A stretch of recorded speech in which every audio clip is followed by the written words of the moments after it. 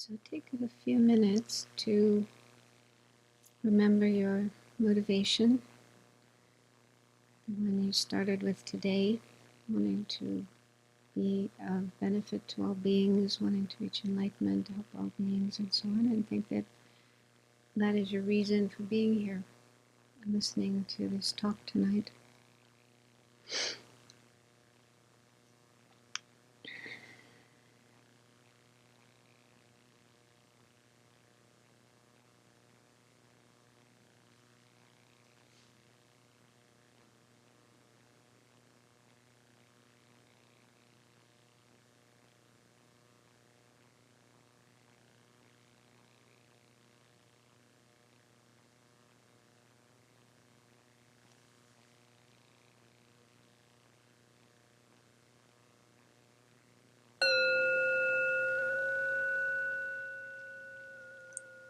I thought to start tonight with a couple of questions that came up last week and see if we can answer those questions.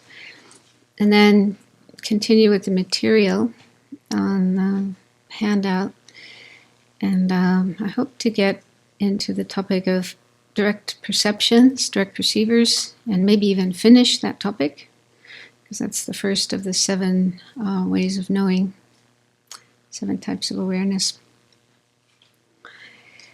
So one of the questions that came up, it was Venerable Pema, who asked about Bodhichitta and what are the engaged and appearing objects of Bodhichitta. So I didn't find that answer, but I thought that we could just discuss it on our own, put our heads together, and see if we can answer that question on our own. I mean, this is a really important mind, Bodhichitta. It's what we're trying to develop. We need to develop to progress along the path. We try to do it every day. So it's helpful to try to understand better what is Bodhichitta. So, does everyone agree that it's a mind? As opposed to something material or something permanent, like uncompounded space. Yeah, so it's a mind, and being a mind, what does that mean? What kind of qualities does it have? What kind of stuff is it? Clear and knowing. Okay, so it's this non-physical, non-material stuff that knows, that experiences things. And then we started looking at different types of minds.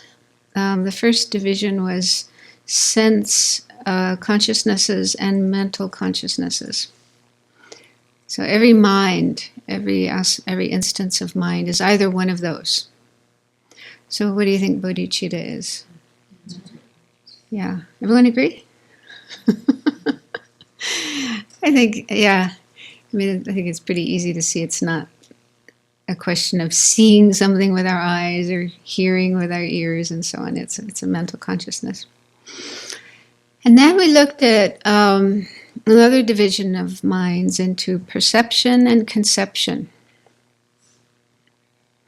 And with perception, there's actually 6 types of perceptions.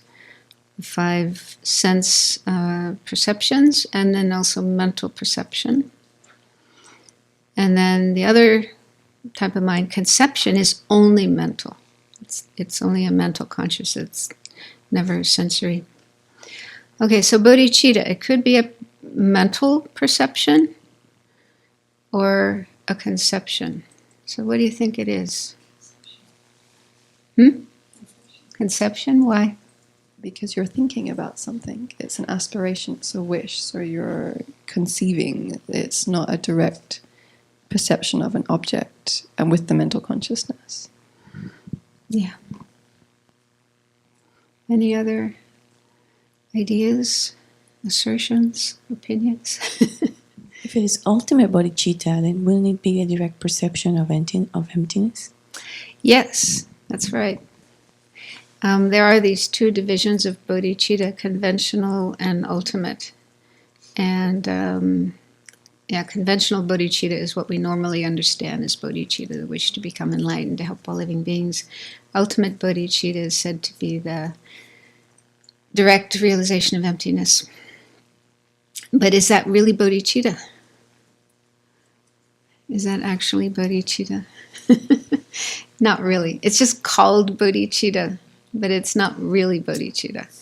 It doesn't fit the definition of bodhicitta. But that, you're right. I mean, what you say is right. If you consider those two types of, at least terminological division of bodhicitta, then ultimate bodhicitta would be perception rather than conception.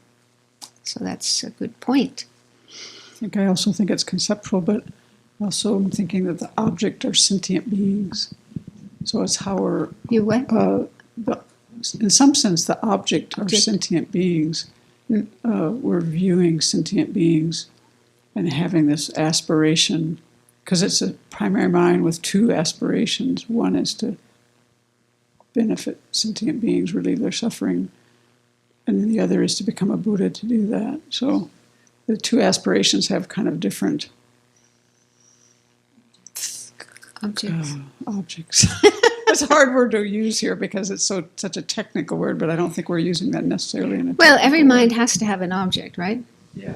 You can't have a mind without an object. So this was the question that Pema was asking last week, what, because we had those two types of objects, an appearing object and an engaged object. So what is what's your question? Engaged object. What are those two objects? I guess I would say then that it would have to be that the two aspirations have different types of objects, because one is looking at sentient beings, seeing them and having the strong aspiration that they be free of all suffering, the thought. Yeah, so what I did find in the teachings of the Abbey Samailamkara, the ornament, that's where you find most of the information about bodhicitta. That's the origin. And so that text and its commentaries say that, as you said, yes, it's a primary mind. It's a main mind rather than a mental factor. And it is a mental consciousness. And it has two observed objects. Okay, so this is another term. There's all these different terms for different types of objects if you've ever tried to look at low-rig material. It gets really complicated. Last week we only looked at two types of objects, appearing object and engaged object, but there's all these other kinds of objects. And so there's this one term, it's mikyul in Tibetan, and it's usually translated as observed object or object of observation. In Geshe Rapton's book, it's called referent object. So it's said that bodhicitta has two observed objects. Those two are enlightenment and others' welfare. So there are two observed objects of bodhicitta. So then, going back to the original question of engaged object, because it's said that the engaged object is the actual object that the mind is dealing with, it's, engaging with. And I didn't find information about, what's the difference between an observed object and an engaged object, except they do differentiate those two when it comes to a wrong consciousness. So, for example, the conception of an inherently existing I, okay, which we all have in our minds, unfortunately, and we have to get rid of. So it's good to know about that. So this conception of an inherently existing I, the observed object of that is the I, the I that does exist, the conventionally existing I, the merely labeled I. That's the observed object of that mind. And the engaged object of that mind is inherently existing I. So in other words, there is an I, okay, we do have an I, a self, a me that does exist, we do exist. And that's just a merely labeled I, that's its reality. But this conception in our mind looks at that object and doesn't see it as a merely labeled I, and instead sees it as an inherently existing I. So it's like, there's this object that does exist, and then there's this superimposition on top of it, this layer imposed on top of it. And that's what the mind sees. It sees this object that does exist, but sees it in a false way. Does that make sense? So the observed object is the I, but the engaged object, meaning what the mind is actually engaging with, is inherently existing I. And if maybe another example, if we take the case of a wrong perception, you've heard about the one about the rabbit horns, right? Rabbit horns, that's the one they always use as an example of something that doesn't exist. So I think the story behind that was somebody saw a rabbit with the ears sticking up and thought there were horns. Oh, look at it, that rabbit has horns, right? I think that's the origin of that story. So I think in that case, we could say that the observed object is the rabbit with ears sticking up. Okay, the observed object, yeah. The observed object is rabbit with ears sticking up. So that's what's actually there. But what that person saw, the engaged object, was horns, rabbit horns. Okay? So there's an object that exists, that's there, but the person is seeing it wrongly, seeing it incorrectly. Okay? So in those examples, these are wrong consciousnesses. There is a difference between the observed object and the engaged object. And it's useful to know that difference. But I'm thinking, this is my own idea, that in the case of a correct mind, the observed object and the engaged object would be the same. If we see a rabbit with ears sticking up and we see, oh, there's a rabbit with its ears sticking up, then the observed object and the engaged object are the same. The rabbit with the ears sticking up. So then taking that to bodhicitta, this is just my guess, okay? I could be wrong, but I think that the observed object, which is said to be twofold, enlightenment and others' welfare, that these are also the engaged objects of bodhicitta. That's my guess. It makes sense. So it's kind of confusing for me, since there's two objects. Would it be that a person has to realize one before the other, or do they realize at the same time? Well, I think in terms of the two aspirations, there is an order. I think the first that comes, if I remember correctly, is the aspiration for others' welfare. That's the one you cultivate first. And then that makes sense. When you're cultivating bodhicitta, you develop strong love and compassion and wanting to help others and so on and so forth. And then the last step of this process is, okay, I have to become enlightened to help all living beings. That's the best way to help all living beings. So I think the first object would be others' welfare. And then to fulfill that, to fulfill others' welfare, you're aiming for enlightenment. That's my guess, how they would happen. But I guess by the time you have actual bodhicitta, you can maintain both of those objects. You want to help others, and how do you do it? Enlightenment. The 7-point cause and effect prove that notion? It seems like it would. For that, first you have the aspiration for others' welfare, and then you develop. I mean, because the way that's laid out is cause and effect. But yeah. Well, but that's also what it said in these texts. They don't talk about the sevenfold cause and effect, but they just say that this is the order of these two aspirations. I mean, there might be people who say, I want to become enlightened, but it's not because they want to help all sentient beings, right? But in that case, I don't think that's bodhicitta. That's not bodhicitta. And they probably don't even have a correct understanding of enlightenment. They have their own idea of what enlightenment is. But if it's not because of altruism, wanting to help all sentient beings, it's a mistaken idea of enlightenment. Maybe that's a wrong consciousness.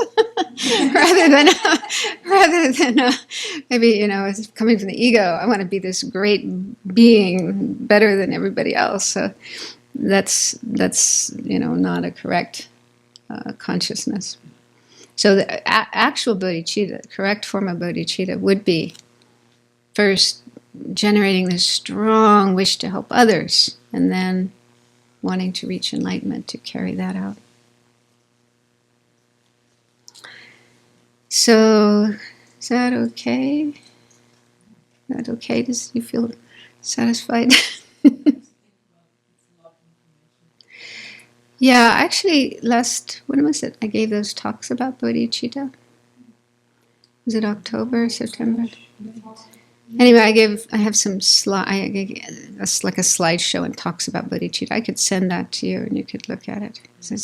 There is a lot of information about bodhicitta. Okay, another question that Venerable Pema asked was about this word sem, which that's a Tibetan term, and the Sanskrit is chitta. And so I did a little bit of exploration, and it seems sometimes it's translated as mind. For example, in Alex Berzin's that article I mentioned, he translates it as mind. And in Meditation on Emptiness, I forget the page number, but the section about minds and mental factors in the selfless section, he actually has a chart there, and he divides, one way of dividing mind is, or I forget which division he's using, Shepa, anyway, is into Sem and Semjung. Sem meaning primary mind, or main mind, and then Semjung is mental factors. So when that division of mind is made into primary minds and mental factors, the term sem is sometimes used. It's also tsosem, primary mind. But it seems that sometimes the word sem is used to refer to primary minds, main minds. If we have time, we can get to that later. That's another division of mind. But each moment of mind, just briefly, each moment of mind, each instance of mind consists of one primary mind, one main mind, and then a number of mental factors. And they all come together in a package.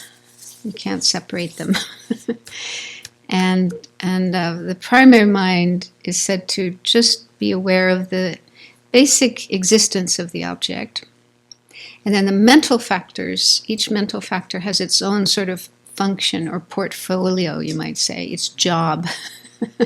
It's like, they say it is a bit like a president and the cabinet or ministers or whatever. The president is the main person, and then there's all these other people who have their own specific jobs that they take care of, and they all work together as a group to deal with issues.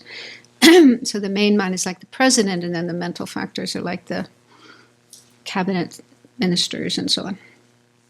So anyway, that's one way in which sem is used to refer to the main minds. And there's 6 types of main minds, the 5 sensory ones and the mental one. But then, as Venerable Lumsel pointed out, in the classes with Jeffrey Hopkins, he pointed out that I think that's more in the context of Kagyu and Nyingma, and it's probably more Tantra, right? He was talking about the Tantra context. So in those contexts, the term sem is used for ordinary mind, like dualistic, mistaken, blah, blah, blah kind of mind. And Rigpa, they use the term Rigpa for, the more pure kind of mind, non-dualistic mind that we're trying to cultivate. Is that correct? Yeah. So I think generally what I notice is that when the Tibetan Lamas are teaching, they usually don't mix up Sutra and Tantra teachings. They keep them separate. Yeah. For example, in the Lorik books, they don't mention the very subtle mind of clear light. Okay, that's in Tantra. It's not that it doesn't exist, but they just don't like to mix things up too much. So, if you're talking about Sutra teachings, you talk about those things, and then in Tantra you talk about other things, but usually you don't mix them up. So I think since what we're talking about here is more Sutra teachings, I think we can just stick with the term sem, meaning mind. It's another term for mind, one of many terms for mind, and maybe more specifically primary minds, main minds. Is that okay? Is that helpful? So where we left off last time, we were in the section on perceptions and conceptions, and just below the chart number 2, which shows engaged objects and appearing objects. So in the case of a perception, like an eye consciousness perceiving a color, the engaged object and the appearing object are the same thing. But in the case of a conception, like a thought, thinking about a color, the engaged object and the appearing object are different, because the engaged object is the actual color externally existing, and the appearing object, what's actually appearing to the mind, is this image, mental image, which is called a meaning generality. That's the term. So it's just a likeness of the color, but it's not the actual object. So it's a bit like, I was thinking maybe an analogy is like when we look at something through a window. When you're looking outside, you're looking at things outside the window. You can see what's out there, but not as clearly as if you actually go out there and stand right in front of the object and look at it. So I think in a way that's kind of the way conception works. It looks at an object, but not directly, contacting it directly, but instead through this kind of film, you might say, or image of a meaning generality. And but conceptions, so in a way, perceptions are considered better because they experience an object much more directly, much more clearly than a conception. But on the other hand, conceptions are very helpful because we can think about anything. Like if we want to look at an object, we have to stand right in front of it. Right? But we can think about an object. We can be anywhere in the world and think about an object and deal with it in that way. So it's kind of in a way more flexible, more expansive.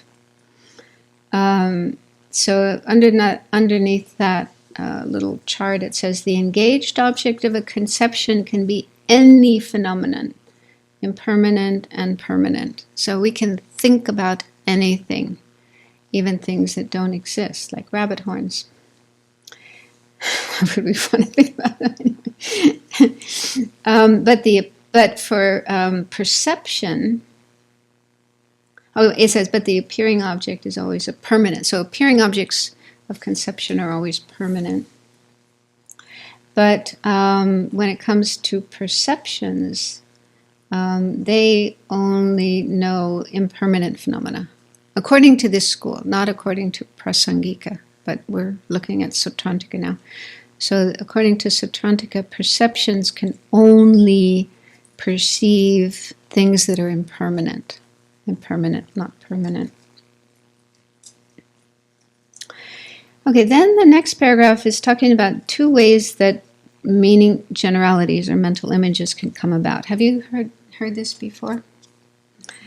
One is experiential. So this is when we have a direct cognition of an object. For example, when we see the ocean. Okay, so we've all seen the ocean. So after seeing the ocean, we can think about the ocean. We can have a mental picture of the ocean based on an actual experience, after having seen it. The second is called nominal. This arises due to hearing a description of an object that you've never seen. There are people who've never seen the ocean, people who live way inland, people in Tibet, for example, who never went out of Tibet. Okay, they've never seen the ocean, but they've heard about it. So they can generate images in their mind of the ocean based on verbal descriptions or things that you read and so on and so forth. Okay. So in some cases, the mental image that we have may be only based on a direct perception. For example, a little child who sees the ocean. You take a little child, a 1-year-old child, to the beach, and they see the ocean, but they don't really know what the ocean is. They're not able to, understand what it is they're seeing, but they still experience it, and they still have mental images of it. Then there are other people who've never seen the ocean, but they can still have a mental image of it based on hearing about it. But then there's a third possibility when those two things are mixed, when you have both a direct perception of an object and you know what it is, what it is that you're seeing. Okay, so when you see the ocean and you know that is the ocean, those two things come together. So probably most of us have, most of the mental images that we have are of that nature. But, there are things we've never seen before, but we've heard about them, so we can still have mental images of them. I don't know how important this is, but anyway, explaining these are 3 ways that we can generate mental images. Yeah. What category would seeing a drawing of the ocean or a 3D model or a photo? Would that fall I know, into? that's a good question. I think there's a difference, though. I mean, seeing a photo of the ocean and actually being at the ocean is not the same. So I think just seeing a photo of the ocean and then having a mental image of it, that would still be the second type, the nominal one. Yeah, a photo of the ocean is nothing like the real thing, right? So that's my guess. Yeah. But it's better than just hearing words about it. I mean, seeing a photo is much more powerful than. And of course, now we have videos and even 3D videos. Still not quite the same as the real thing. You can't smell it. Yeah. When I was in New Zealand some years ago, there was this young Tibetan guy who went there to translate, to be a translator. And he told me that, he grew up hearing about the ocean, but never saw it, living in Tibet and then in India. And then he went to New Zealand. And the first time somebody took him to a beach, he was so excited. He just ran right into the water with all his clothes on. He was so excited to see the ocean. So he had a real direct perception of probably all 5 senses, smelling and tasting and feeling and seeing and hearing at the same time. Yeah. Okay, the next bit is about correct or wrong. Okay, so in the case of both perceptions and conceptions, sometimes they can be correct and sometimes they can be wrong. So just some examples. We'll get later when we get into the 7 types of awareness. Wrong consciousness is one of those 7, so we'll get into that more, but just to give you an idea. So some examples of perceptions. A correct perception would be seeing green as green, seeing a tree as a tree. So probably most of our perceptions are correct, but we sometimes have wrong ones. Like, for example, if you see a shape and it's not very bright, the light is kind of dim and you're not quite sure what it is you're seeing, and you could mistake. It might be a tree, but you think it's a person. Or that classic one they always give in the teachings about seeing a coiled rope and thinking it's a snake. I had a friend who had the opposite experience. She was in the garden and the grass was really high and she saw this thing that she thought was a rope or a hose or something coiled up, and she kind of went close to it, was about to put her hand out and realized it's a snake. So sometimes these things happen. We have misperceptions of things. Yeah, so examples of misperceptions. Seeing green as red. There are people who are colorblind. I had a friend who was colorblind and he couldn't distinguish red and green. Seeing a reflection in a mirror as a real object.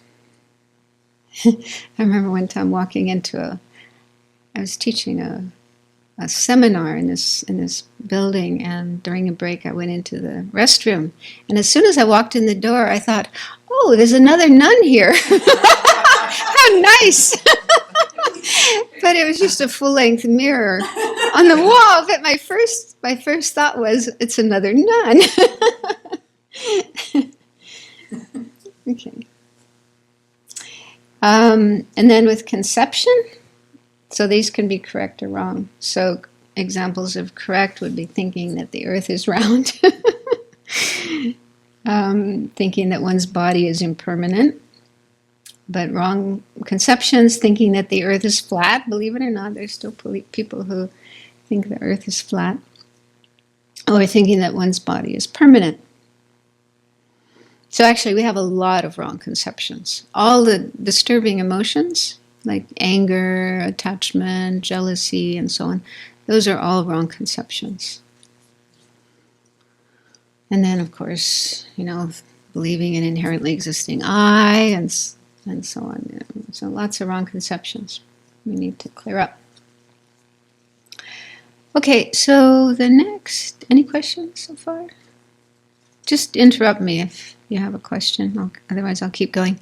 Okay, so the next point, letter E, is looking at these two kinds of cognizers. Now, I'm using the term prime cognizer here because that's what Elizabeth uses in her book. I'm just following her.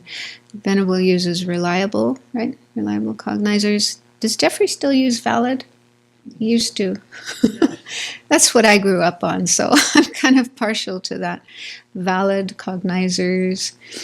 Elizabeth calls them prime cognizers. Venable calls them reliable cognizers. Another term is ideal in Geshe Rapton's book on mind and its functions. The translator uses ideal.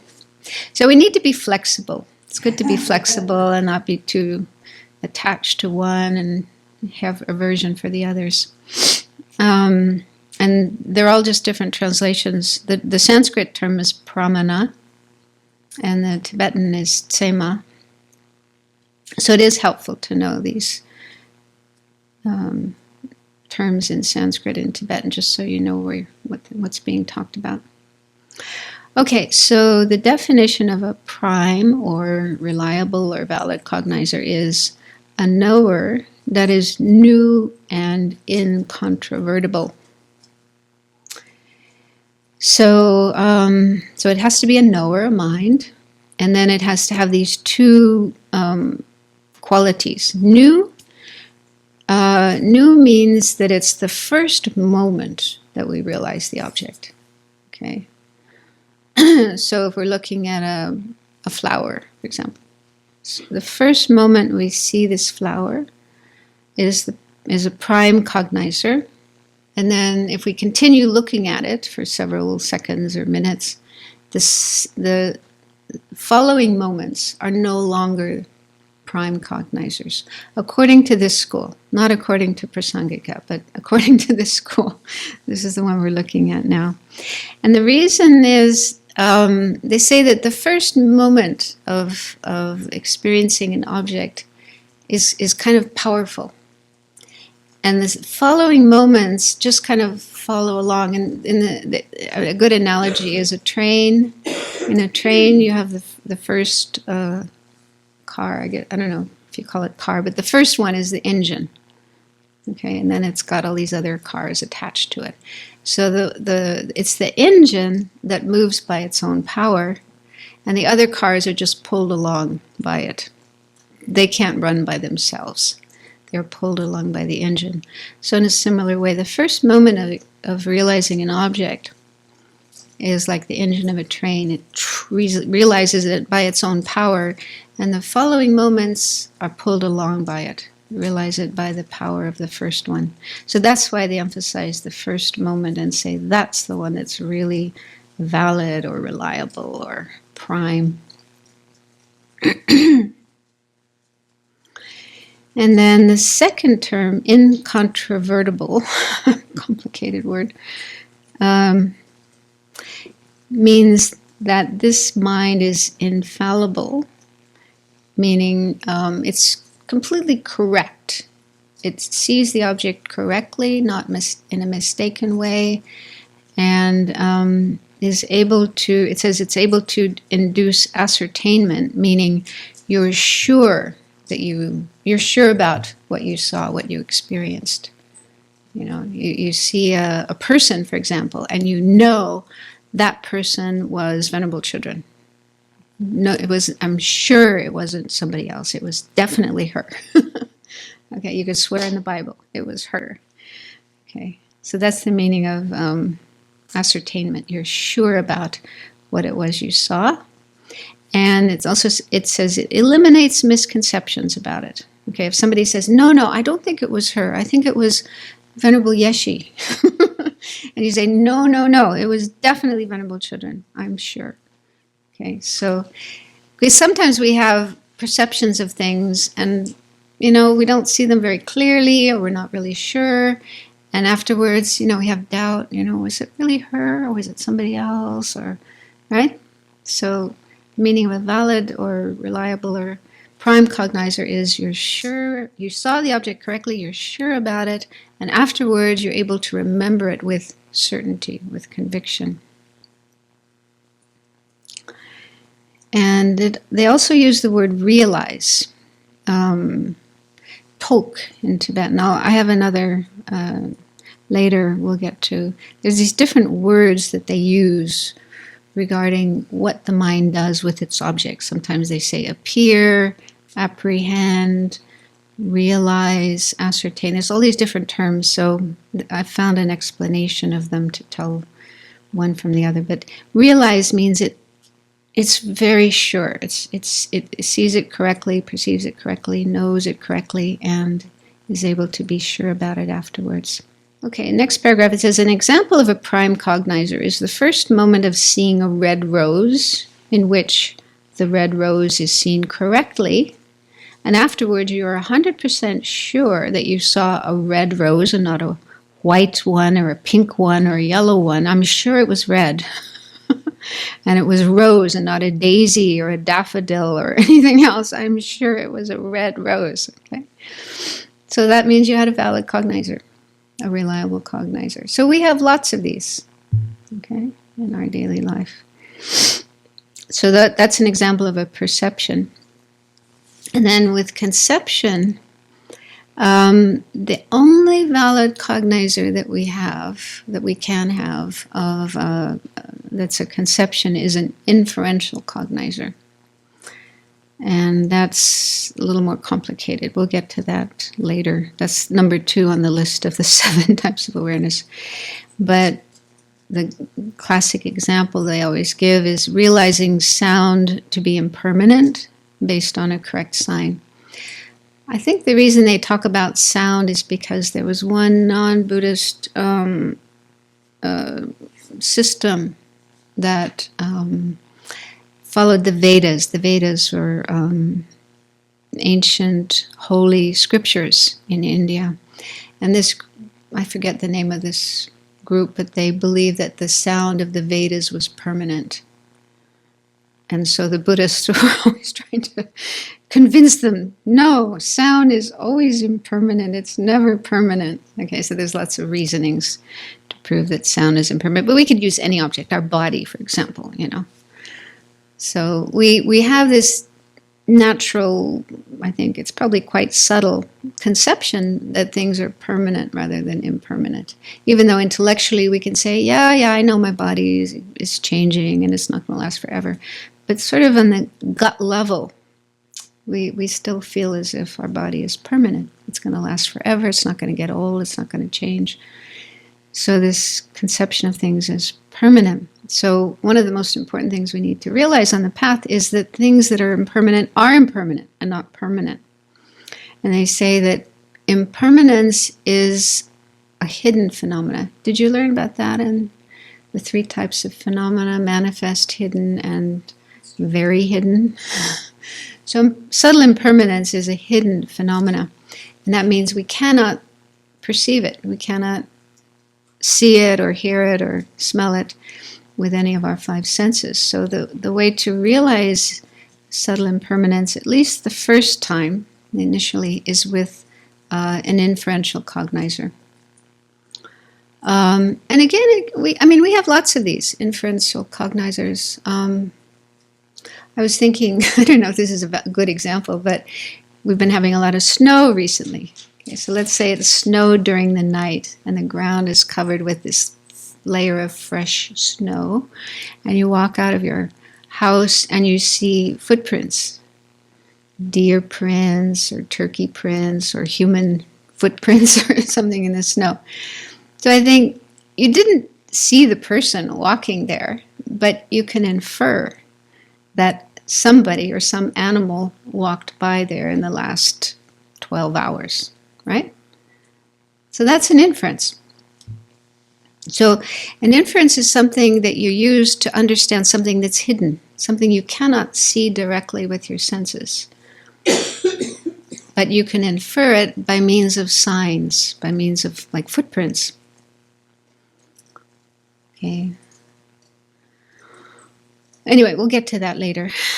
So there's only two kinds of valid minds: direct perceivers and inferential cognizers. So as we progress along the path, these are the two types of minds that we want to cultivate and have more and more of, and gradually get rid of the wrong consciousnesses and the doubts and these less correct states of mind. So that's the real reason, purpose of making this study.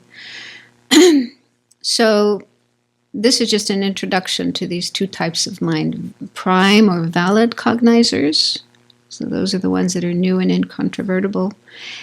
And then any other mind that doesn't have those two qualities is not a prime cognizer, not reliable, not valid. That doesn't mean it's totally wrong, but it just isn't the most correct. Okay, so any mind that doesn't have those two qualities of new and incontrovertible would be a non-prime cognizer. Oh, definitely. That's very wrong. Very non-prime. So just below that, letter F, the 7 types of awareness. Okay, so I noticed in the book that you've been going through, Daniel Perdue's, he has a list of 7 types of awareness, but it's not exactly the same as this one. You probably talked about that. So this list is the one that's usually found in the Lorik text. I mean, his is almost the same, but a few differences. And it's also upside down. Sorry. His list starts with wrong consciousnesses, goes from the worst to the best. So the usual order is it goes from the best to the worst. So these are the 7 types of awareness that are normally explained. First is direct perceivers, and then inferential cognizers, subsequent cognizers, correctly assuming consciousnesses, correct assumption, awarenesses to which an object appears that is not ascertained, also called inattentive perception. I think that's one that he left out. And then 6 is doubting consciousness, and he divided that into 3. And then 7 is wrong consciousnesses. Okay, so we'll start with the first one, direct perceivers. So, Wunsum in Tibetan. Definition. It's a non-mistaken knower that is free from conceptuality. So I'm taking the definitions from this book, Mine in Tibetan Buddhism. Okay, so there's 2 qualities here. Non-mistaken. So the meaning of non-mistaken means it's not mistaken with regard to its appearing object. So a direct perceiver must be correct with regard to its appearing object. And the appearing object of a direct perceiver is actually the same as its engaged object. Those 2 are the same. And so if a perception is mistaken with regard to its appearing object, then it's also mistaken with regards to its engaged object. It can't be mistaken to one and not the other. And therefore it would be a wrong consciousness. But in the case of conception, that's different, because a conception can be mistaken. It is always mistaken to its appearing object, but still correct with its engaged object. So all direct perceptions are mistaken. Sorry, non-mistaken. And then the second criteria is free from conceptuality. And that simply means that it's not a conception. And there's this other term that they use in the text, determinative knower. Yeah. And a determinative knower simply means it's a mind that thinks this is that, this is something else. So it's just, making comments, you might say, labeling, naming, thinking about, making comments about objects. Perceptions just perceive, just experience objects without giving them names or commenting on them, and so on and so forth. So it's concepts that do that. And then there's 4 types of direct perceivers. Sense direct perceivers, mental direct perceivers, self-knowing direct perceivers, and yogic direct perceivers. So the first one is sense direct perceivers. So the definition of this is a non-mistaken, non-conceptual knower that is produced from its own uncommon, empowering condition of physical sense power. Okay, so that means a physical sense power. It could be the eye, the ear, the nose, the tongue, or the body sense power. That is one of the conditions giving rise to this type of mind. So that means that anything other than a mental consciousness. And this has 5 divisions. Those that apprehend forms. Form here means physical forms, visual forms like colors, shapes, and so on. Those that apprehend forms, sounds, odors, taste, and tangible objects. So that's not very complicated, is it? Any questions about that? Just above that, it says, a knower that apprehends sound and meaning generalities is suitable to be mixed. Oh, Could you yeah, I kind comment of on skipped over that. Yeah, this is when they give a kind of definition of a conception, this is included in the definition of conception. So in simple terms, before I mentioned the 2 ways that meaning generalities can come about. One is by directly perceiving an object, and the other is by hearing about it or reading about it or whatever. So sound, the meaning of a sound generality is a mental image that comes about by hearing a description, hearing about the ocean before you've ever seen it, okay? So then you have a mental image based on sound. And then a meaning generality would, in this case, means the one that you get from actually experiencing it, seeing it, being there, directly perceiving it.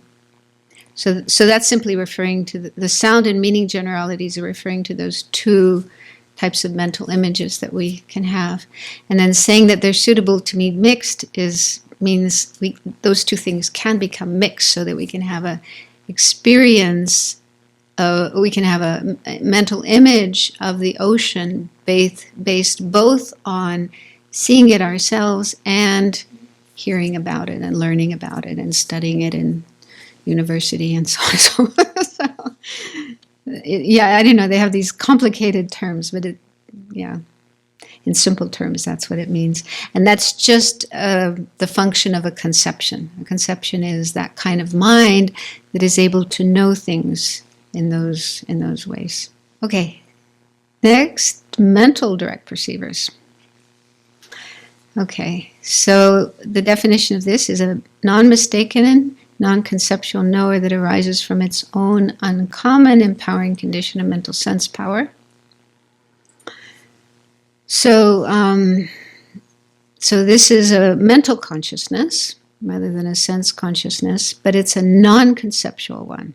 Okay, so it knows its object directly rather than through the medium of a mental image. And it's non-mistaken, meaning it experiences its object correctly. And the empowering condition is the mental sense power. And as we saw before, the mental sense power refers to the mind, the consciousness that was there just prior to this one. And it could be any of the 6.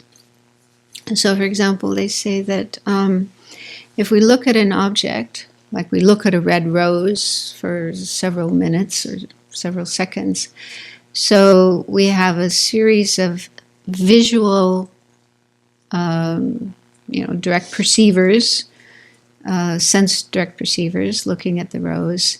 And then at some point, before we start thinking, before we start having thoughts, conceptions about the rose, there's a very brief moment of a mental direct perceiver. It's so short, so fast that we don't notice it.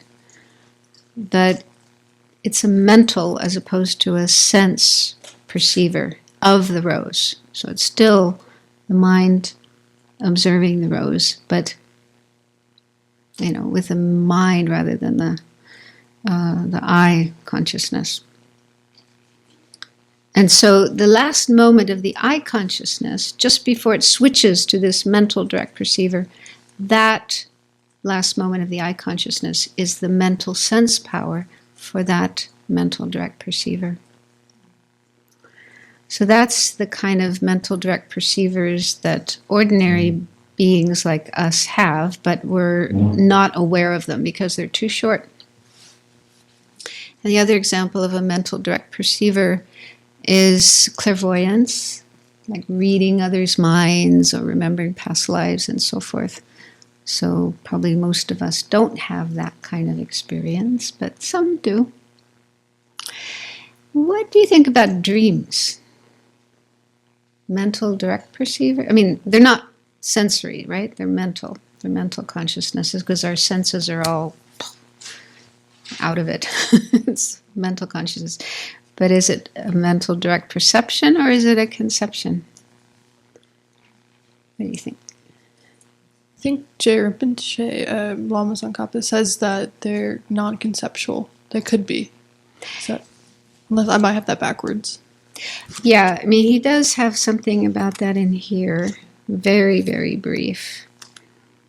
And he does say that there are different assertions, different points of view. I forget where it is. But anyway, he says there are some who say they're perception, direct perception. Some say they are conception. There's another text of Lorig, the one we use in the FPMT basic program, and it's composed by an author named Pubujok. Pubujok was a philosophy teacher of the 13th Dalai Lama. And in his text on Lorig, he says dreams are perception, wrong perceptions. Well, they could be. He said it depends because if, let's say you dream there's an elephant in your room, okay? That's something they always use. And if you, in your dream, you think there really is an elephant in your room and you get scared and run out, that's a wrong consciousness because there really is no elephant, but you think there is and you're believing in something that's not there. So if you believe in what appears, you believe it to be a real thing, then it's a wrong perception. But there could be cases of correct perception, lucid dreaming. Yeah, I haven't had this experience, but they say people who have lucid dreams are aware, conscious, that they are asleep and dreaming, and they don't believe in what they perceive. So they might see an elephant or a tiger, and they know it's not real. So they don't buy into it, they don't believe it. So that would be probably a correct mental perception, according to that author, according to Prabhupada. But he also mentioned an example of if in your dream you think that sound is impermanent, that would be a correct. Well, I mean, if you're a high lama and you've been meditating, studying and meditating all day, you could have dreams in which you think, yes, sound is impermanent. So, yeah. In transcribing Venerable's teachings that she gave in 2012 on mind, presentation of mind, and awareness. And this one section, she says, they say, I don't know who the they is, that dream objects are impermanent, that a dream consciousness is a non-conceptual mind. You are perceiving dream objects, but what doesn't exist is a real dream object, a direct mental perception. Well, like I say, some, as it says in this book, Lati Rinpoche says, there are some who say they are direct perceptions, but some who say they are conceptions. So there's different points of view, different assertions about it, and it's difficult to know for sure. These great teachers who receive teachings from statues and tankas, is that a mental direct perceiver? People who receive teachings from statues and tankas. Yeah. Like J. Rinpoche. Yeah. I don't know. They say he would have actual visions of Manjushri and conversations with Manjushri, and I'm not sure. What? Maybe that would be a mental direct perceiver. I'm not sure.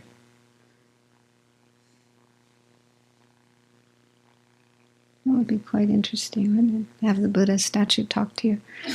Apparently Atisha had a Tara. I think Atisha had a Tara statue that would talk to him. So, yeah, I'm not sure what kind of consciousness that would be. Another question I had about this that we talked about, but I don't know that we came to a conclusion when it came up in the other class, is in doing the meditation on mindfulness of feeling, trying to understand what's perceiving a painful or a pleasant feeling in the sutra school. Yeah, that's not very clear. I wonder about that. I mean, not just feeling, but anything. Yeah. There is a mental factor called introspection. Sometimes it's translated as, I forget other translations, introspection or... Yeah, that's what Alan uses. Clear knowing. Huh? Yeah, that one. They call it sampajana. Yeah, that's in the Pali tradition. I think Alan Wallace uses introspection. Yeah. Some use vigilance. Anyway, there's different terms. It's sheishin in Tibetan. And like when we're doing calm abiding meditation, that's a very important factor to observe the mind and know if our mind is on the object or if it's come under the influence of distraction or dullness and so on and so forth. So kind of the spy, the inner spy that observes the mind and what's actually going on in the mind. And it might be that mental factor that is able to observe the mind itself and what's going on in the mind. I remember having this discussion. I was trying to ask, what's her name? Kishima Kelsang Wamo. And I don't remember very clearly, but yeah, it's not clear. It isn't clear. And it's also not clear if it's simultaneous, like the mind that is able to be aware simultaneously of what's happening in the mind, or if it's the next moment. You know, like, is it a memory consciousness? Oh, the last moment, in a moment is so fast. I had that experience. I had anger, or I had a bad feeling, or whatever. It's just not very clear. I mean, it's obviously happens, right? We definitely are able to know what's going on inside of our mind, and we need to cultivate that. But what's actually going on there is, and it gets a little. Also, this next type of direct perceiver, self-knowing, which we'll come to, and then it gets a little unclear about that. So we'll get to that in a moment. Let's finish with mental direct perceivers. So there's two types of mental direct perceivers. The first one is this brief moment following a sense direct perceiver, and the other is the 5 clairvoyances. There actually are other types of mental direct perceivers. number 3 and number 4 are on the list, are also mental direct perceivers, but they're separated out because they're kind of unique. Okay, so number 3, the third type of direct perceiver is called self-knowing direct perceiver. And this is controversial. Some Buddhist schools believe in it and some do not. So the schools that do believe are Sutrantika, Sutra followers, Chittamatra, mind only, and then the one type of Madhyamika, the Yogacara Svatantrika Madhyamika. But the Prasangikas, our heroes, do not. Chandrakirti, strongly,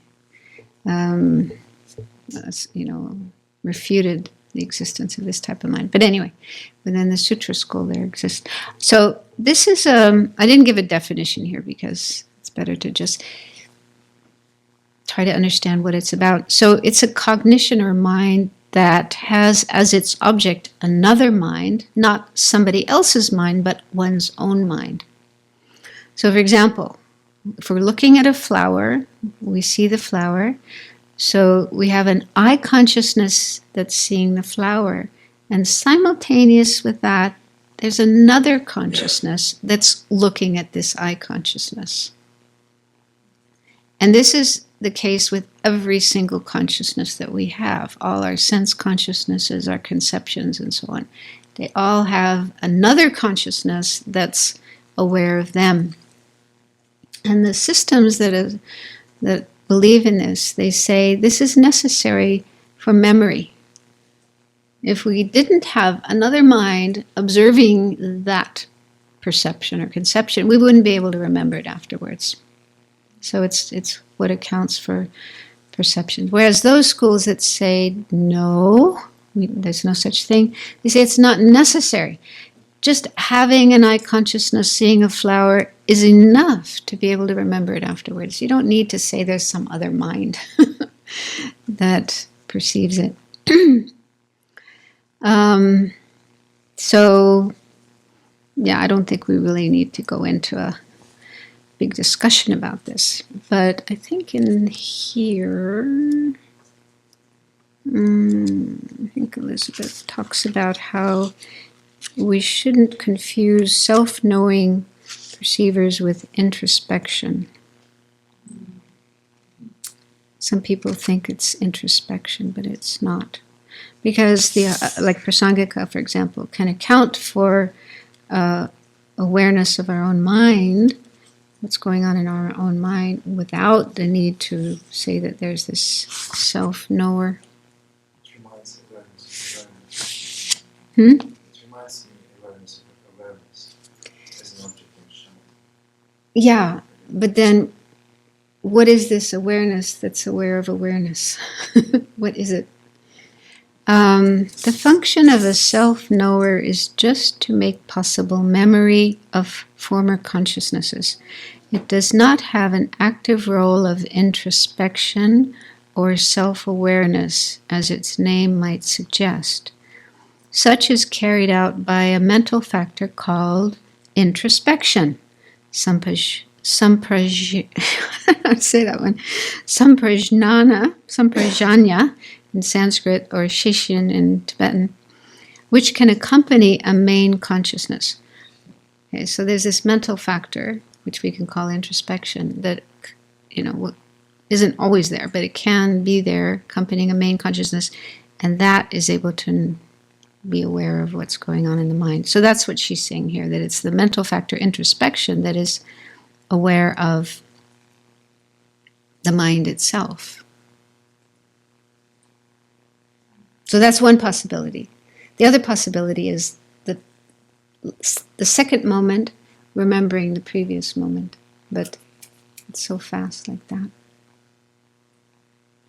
The self-knowers are not something which one seeks to develop as part of training the mind.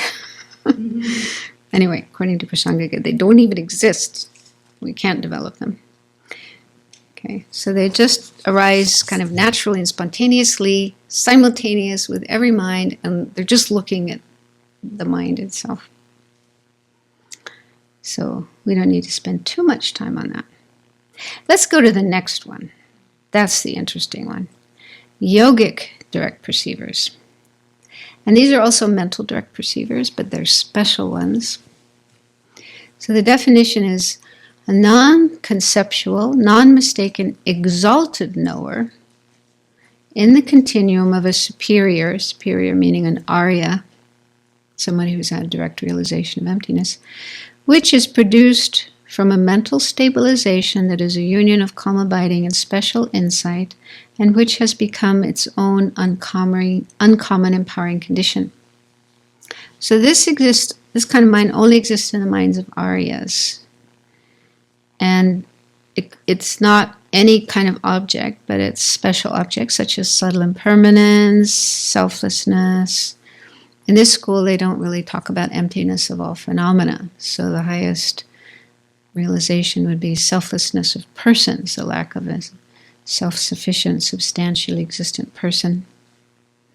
And first, one cultivates a conceptual realization of these objects via a mental image. And then you continue to meditate. You have to develop calm abiding and special insight, and then combine those two. So you have a union of calm abiding and special insight. And that union of calm abiding and special insight is the empowering condition for a yogic direct perceiver. So this is the type of mind we really need to develop to knock out our delusions and confusion and ignorance and suffering and so on and so forth. This is the thing that will enable one to become free of suffering and progress on the path. See if is this right then, that a yogic direct perceiver in the mind, it has to be in the mind of an Arya, so then they might be thinking conceptually or having direct perception of whatever they're attending to. Is that kind of what it's saying? Because they can be conceptual, but you have to be an Arya to have one. So to be an Arya, you have to have a direct realization. That's my one kind of thing that mixes me up. And the other is, okay, it says the object could be subtle impermanence, but you also have to be an Arya. So that's a little confusing too. Well, what makes you an Arya? The direct sort of realization of selflessness. Selflessness in this school, right? System. So once you have a direct realization of selflessness, you become an Arya. Right. And then after you become an Arya, you can have a yogic direct perceiver of subtle impermanence. But before becoming an Arya, you would have a conceptual realization, inferential conceptual realization of impermanence. And then once you become an Arya, then you can have the direct perceiver. Okay, thank you. That's helpful. Just never asked the question right to get the right answer. So I'm just wondering if you could have a direct realization of a subtle impermanence before you become an Arya, but it wouldn't be a yogic direct perceiver? I'm wondering, I'm not sure. It seems like you should be able to.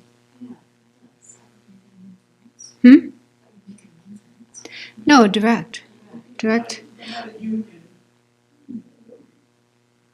You can have a union of calm abiding and special insight regarding impermanence, but it wouldn't be a yogic direct perceiver. That's I'm guessing. I'll try to look that up, but So if you were to compare the two, the union calm. This is actually, maybe we'll answer my question. If you were to compare the two, a union of calm abiding and special insight with a yogic direct perceiver, then there would have to be maybe 3 or 4 possibilities. They're definitely not mutually inclusive, because you can have a union of calm abiding and special insight that isn't a direct perceiver. Oh, there's one outlier already. And you can have a union of calm abiding and special insight and not be an Arya. So there's another outlier. from being a yogic direct perceiver. So they're definitely not mutually inclusive. No, they're not mutually inclusive. I think I used to think that. Okay. Yeah, I think it's a progressive thing. So you first develop, let's say, selflessness. You hear, think, meditate on selflessness, and at some point you'll get an inferential realization, inferential cognition of selflessness. And then you continue meditating on that, deepening your understanding, and at some point you have to develop calm abiding. I don't know if it could be before or after the conceptual realization. And then you bring those two together, your conceptual understanding of selflessness and calm abiding, and eventually you have the union of calm abiding and special insight into selflessness. But you're still not an Arya. So you continue meditating, and at some point it will turn into a direct realization. No more mental image. You see directly. Although in this school, the tricky thing is, they say that direct perceivers can only perceive impermanent phenomena, not permanent phenomena, and selflessness is a permanent phenomena. So how does that work? It's explained on page 47 in here. But yeah, what I remember is the direct realization, what it actually perceives are the aggregates, your 5 aggregates, and they talk about an explicit and an implicit realization. So what is realized explicitly are the 5 aggregates in which there's no self, and implicitly, the same mind implicitly realizes selflessness. So the aggregates are impermanent, so the direct perception is realizing those, seeing those, perceiving those, and then kind of by the way, we could say, by the way, on the side, it sees there's no self there. They're empty. 5 aggregates are empty of a self. So selflessness is realized by that very mind. It's a direct perception, but, it realizes selflessness. But the Prasangikas have no problem with that, because they say a direct perceiver can realize a permanent object, no problem. You don't have to get into such a complicated thing. So it's just the school that makes that distinction. And then in the next paragraph says, both self-knowing and yogic direct perceivers are mental direct perceivers. Okay, so they're not sensory, they're mental. And so that means that, for example, a self-knower that is experiencing an eye consciousness perceiving blue has as its uncommon empowering condition the mental sense power, whereas the uncommon empowering condition of the eye consciousness is the eye sense power. That's important to you or not, I don't know. So let's just look at the next page, because there's something that is a little complicated. Because previously we looked at perception, just perceptions themselves, and then just now we looked at direct perceivers, and then there's also prime or valid direct perceivers. Not all direct perceivers are prime or valid, okay? So only some. So the definition of a direct prime cognizer is a new, incontrovertible, non-mistaken knower that is free from conceptuality. So anyway, it has to have all these qualities. It has to be non-conceptual, it has to be non-mistaken, it also has to be new, first moment, and incontrovertible. Like it's completely solid, fallible, certain, and so on. Okay, so an example here. The second moment of an eye consciousness correctly seeing blue is not a prime cognizer because it's no longer new. It's like the second car of a train. Okay, it's not the first one, the engine that has all the power. However, it does still have the quality of being incontrovertible. It's still completely correct, infallible, but it just lacks the newness. And so this type of consciousness, the second moment, is called a subsequent cognizer, which is one of the other seven types of awareness. So I made this little graph here just to show the relationships between these. So the biggest circle are perceptions. Perceptions meaning those minds that directly contact their objects. They could be sensory, they could be mental, they could be correct, they could be wrong. They could be totally wrong. Okay, so that's the biggest circle. And then within that, the smaller circle, number 2, would be direct perceivers. So direct perceivers are only perceptions that are correct. They're not wrong. They see their object correctly. But they're not all prime or valid. So that's the smaller circle, number 3.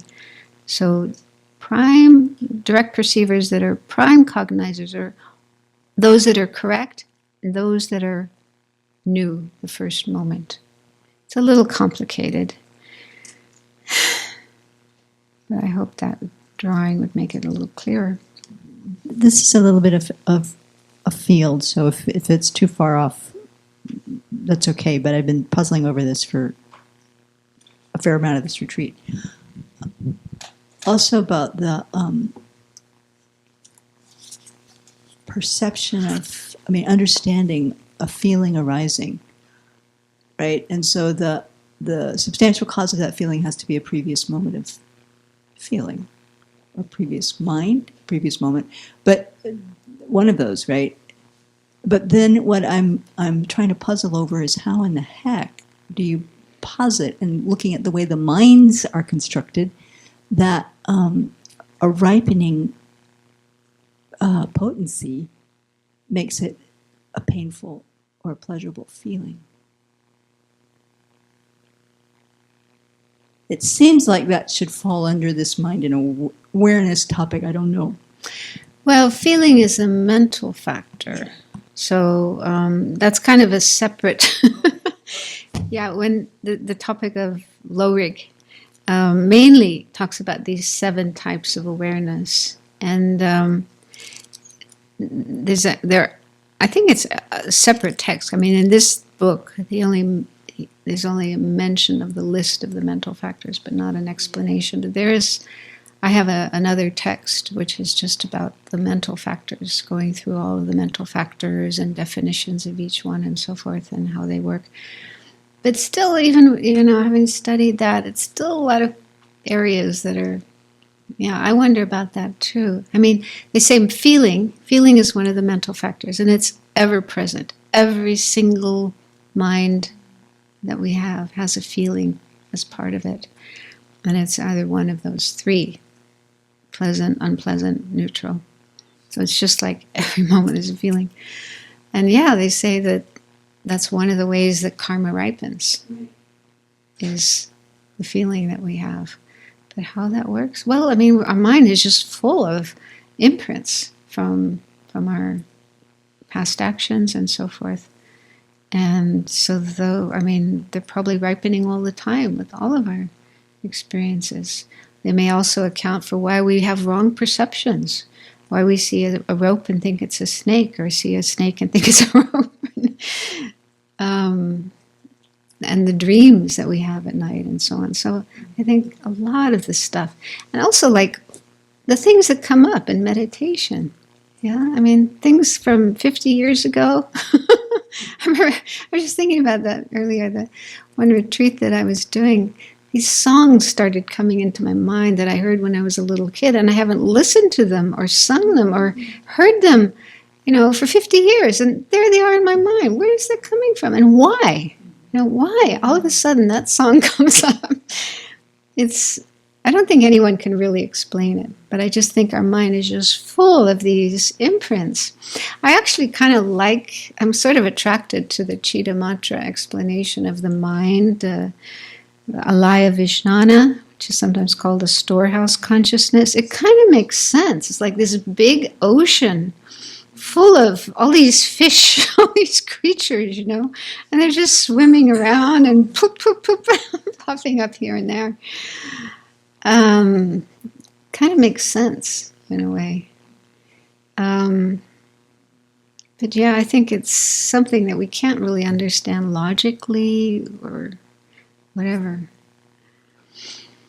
I mean, sometimes you can see, you know, you hear a sound or you smell something and that will trigger off a memory. Grandma's kitchen making cookies or something like that. So that makes sense. But some things, it just doesn't seem to be any trigger for why a particular thought or memory or feeling should pop up. So who knows? Mind is just amazing. Just so complex, so... yeah. So I don't think we can expect that studying low rig, we're going to understand everything. It's going to explain everything about our mind. But it does help. At least it's, you know, gives some structure to it all. Could you say a little bit about how Chanakirti refuted the self-knowing direct perceiver? I can't remember. I can look it up. Well, it's that it falls to being inherently existent, but I think... I mean, I guess something... Yeah, there's some connection. Regress. I found it very difficult. I found okay. that section of the text really hard to understand. It went on verse after verse after verse, refuting the Chitta Matra. So it was just really, really hard. I'll have a look at it again and see if I can make sense of it. But mainly they just say it's totally unnecessary. It's necessary. You can account for memory simply by knowing an object. That's all it takes to be able to remember it. There's no need to... But yeah, there is also something to do with inherent existence. That, yeah. But that was one of the most difficult parts of the text for me. The Madhyamika Avatara, the supplement to the Middle Way.